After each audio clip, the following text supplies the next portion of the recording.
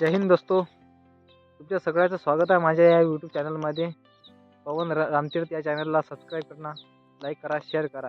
आजच्या व्हिडिओमध्ये मी तुम्हाला सांगणार आहे की सीन पेन म्हणजे काय असते. जे मोठे धावक असतात, रनर असतात, त्यांना जे पायाचे त्रास होतात, त्या पायाच्या त्रासाला सीन पेन असे म्हटले जाते.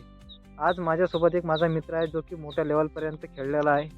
Cross country, running, shuttle run, running अशा बहुत साऱ्या इव्हेंटमध्ये त्यानं खेळ खेळलेला आहे.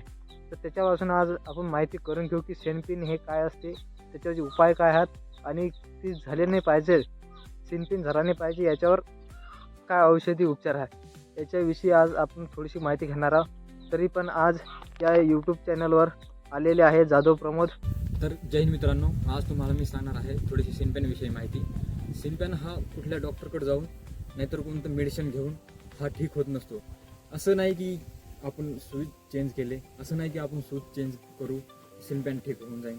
तर भरती करणाऱ्या मुलांना जास्तीत जास्त 40% सीनपेनचा प्रॉब्लेम आहे. सीनपेनचा प्रॉब्लेम हा काय आहे की थोडीशी आपलीच गलती असते म्हणून तो सीनपेन होत असतो.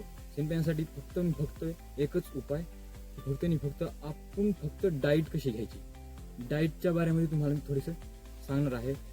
डाईटमुळं सीनपेन होत असतो. आपण जेवण टायमावर नाही केलं, पाणी टायमावर नाही पिलं, तेच कारण म्हणजे सीनपेन आहे. सीनपेन हा आपल्या बॉडीमध्ये कॅल्शियम कमी किंवा आपण म्हणतो की हा मेडिसिन घेऊ, तो मेडिसिन घेऊ, असं काही नाही. की सीनपेनसाठी फक्त पाणी आणि जेवण हाच करा. असं म्हणतात की अनुभवाचं होल ढगापेक्षा खोल. कारण की मला बी सीनपेनचा प्रॉब्लेम असा होता की इतका होता सीनपेनचा प्रॉब्लेम की सांगू शकत नाही. माझा सीनपेन असा ठीक झाला की मी फक्त जास्त पाण्याचा यूज केला आणि जास्त जेवणाचा यूज केला. तर पाणी कसं प्यायचं बघा, सकाळी उठल्याच्या नंतर अर्धा ग्लास पाणी प्यायचं, त्याच्यानंतरच रनिंगला जायचं. रनिंगहून आलं की आपली जी काही आपण डाईट आहे आपली, तर डाईट ती खायची.